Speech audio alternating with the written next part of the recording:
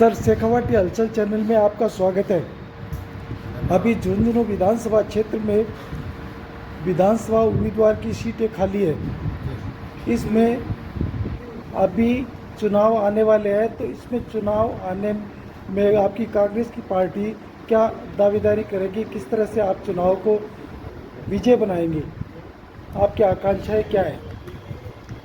मैं केडानिया ब्लॉक का कांग्रेस का ब्लॉक अध्यक्ष हूँ।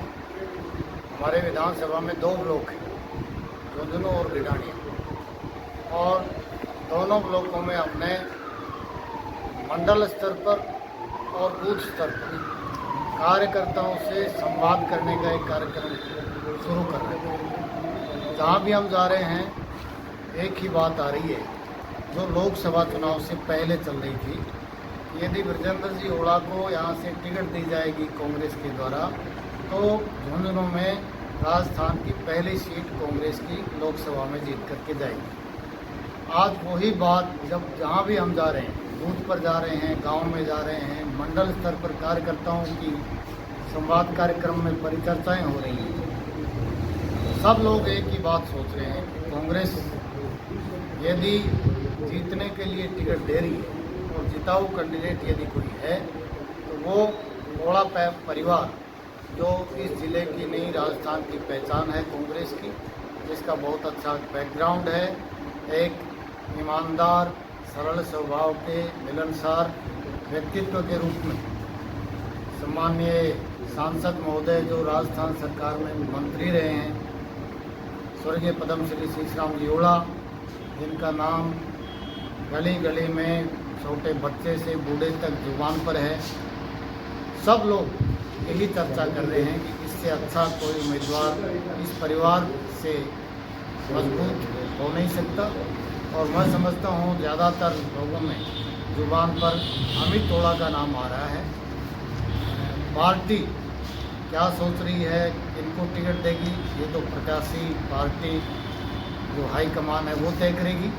लेकिन आम चर्चा जो हम जिन कार्यक्रमों में, चाहे वो सामाजिक कार्यक्रम हो, चाहे वो पार्टी के कार्यक्रम हो, जहाँ भी हम जा रहे हैं, एक आम चर्चा निकल के आ रही है कि कांग्रेस की जीत लोग पक्की मान रहे हैं ओला परिवार के साथ। और सबका मानना ये है कि कांग्रेस निश्चित रूप से अमित ओला को टिकट देने जा रही है। और हम भी लोगों की राय को पार्टी तक पहुंचाने का काम करेंगे ब्लॉक स्तर से। जब भी हमें पूछा जाएगा पार्टी के द्वारा, तो हम इस फीडबैक को जरूर देंगे। आप ओला परिवार के बारे में पिछले कई वर्षों से राजनीतिक में सफलता के कदम चूम रहे हैं। इनके पारिवारिक विरासत में भी राजनीतिक मिली और विजेंद्र ओला जी भी सफलता के श्रेय पर आगे बढ़ रहे हैं। आप इसके बारे में सफलता का विशेष श्रेय किस प्रकार से देना चाहेंगे? देखिए, यहाँ शीशराम जी ओला ने जब राजनीति शुरू की तो खेतड़ी विधानसभा बहुत लंबा था, सूरजगढ़ और खेतड़ी एक ही विधानसभा थी। उन्होंने पैदल चल कर ऊँटों पर लोगों के बीच में रात को ठहर के 2-2, 3-3 दिन लगातार यात्राएं करके उनकी तकलीफों को सुना, उनमें सहयोग किया। और उसके बाद में उन्होंने महसूस किया कि यहाँ शिक्षा की कमी है, खास करके महिला शिक्षा की। उन्होंने अडावता में इंदिरा गांधी बालिका निकेतन के नाम से शिक्षा का एक केंद्र खोला, जो आज बहुत बड़ा वट वृक्ष है। उससे बहुत सारी महिलाएं, लड़कियों ने शिक्षा प्राप्त करके सरकारी सेवाओं में और कई क्षेत्रों में, शिक्षा में, चिकित्सा में, कई क्षेत्रों में उन्होंने सेवाएं दी, पहचान बनाई। यही नहीं बल्कि बिजली को लाने में इस जिले के सबसे ज़्यादा फौज में भारतीय सेना में है, उसका श्रेय भी पद्मश्री शीशराम जी ओला का जाता है। कई बार उन्होंने भर्ती रैलियाँ यहाँ अडावता में, झुंझुनू में आयोजित करवाई और बहुत सारे सेना में भर्ती करवाई, सिंचाई की व्यवस्थाएं करवाई। 3 तरह से यहाँ के ग्रामीण क्षेत्र में उन्होंने समृद्धता लाने में बहुत बड़ी अहम भूमिका निभाई।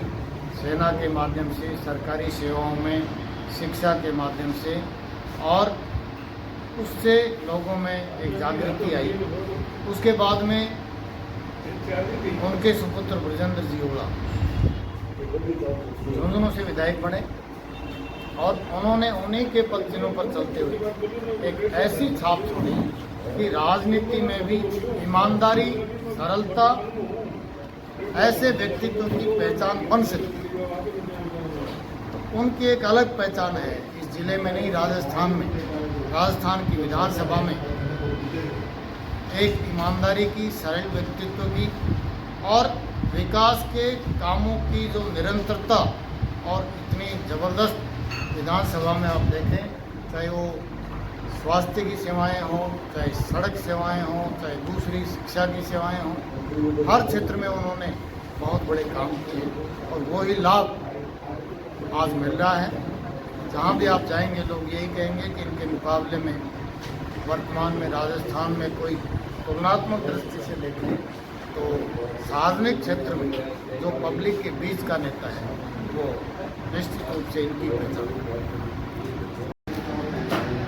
हाँ सर, बताइए, आपका चुनाव आने वाला है, विधानसभा चुनाव में आपकी प्रतिक्रिया क्या रहेगी? और जन चर्चा में ऐसा है कि कांग्रेस पार्टी के उम्मीदवार अमित ओला होंगे, ऐसी संभावना जताई जा रही है। आप इसके बारे में भी जीतने की क्या वजह रहेगी, क्या प्रतिक्रिया रहेगी आपकी?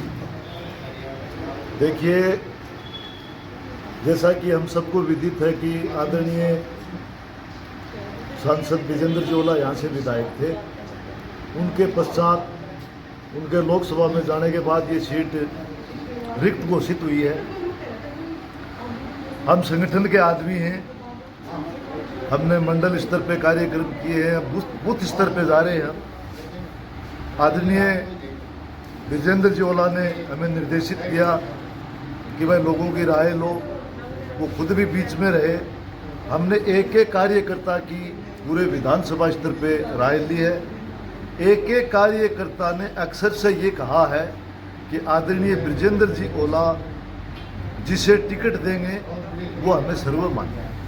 उसके बाद में आदरणीय ओला जी ने कहा कि एक सर्वे और करवाओ कि मैं किसे दूं, अगर पार्टी मुझे कहे तो सब ने एक मत से आदरणीय अमित जी ओला का नाम लिया है। युवा नेता हैं, पढ़े लिखे नेता हैं और एक अच्छे वक्ता हैं और नौजवान की अब झुंझुनू विधानसभा को, क्योंकि जिला मुख्यालय की सीट है, नौजवान नेतृत्व की हमें अति आवश्यकता है। ऐसे सज्जन पुरुष जिनके परिवार का एक रिकॉर्ड रहा है कि यहाँ विशेष करके लाइन ऑर्डर जो शांति व्यवस्था है, हर वर्ग को साथ लेना है, सद्भाव है और उसके साथ साथ विकास का जो कार्य है वो इनकी परंपरा रही है।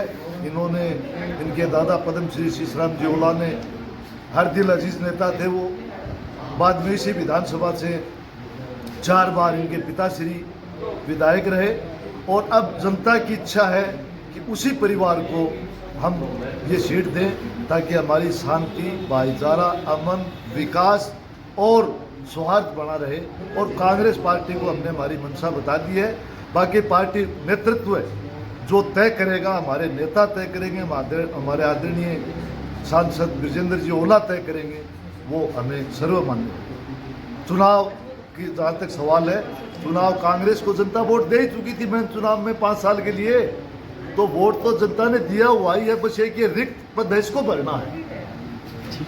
तो ये भरे में वोट तो जनता ने दिया था, वो सारे बाट में बैठे कि कब वोट आए, हम डालें। तारीख की जरूरत है।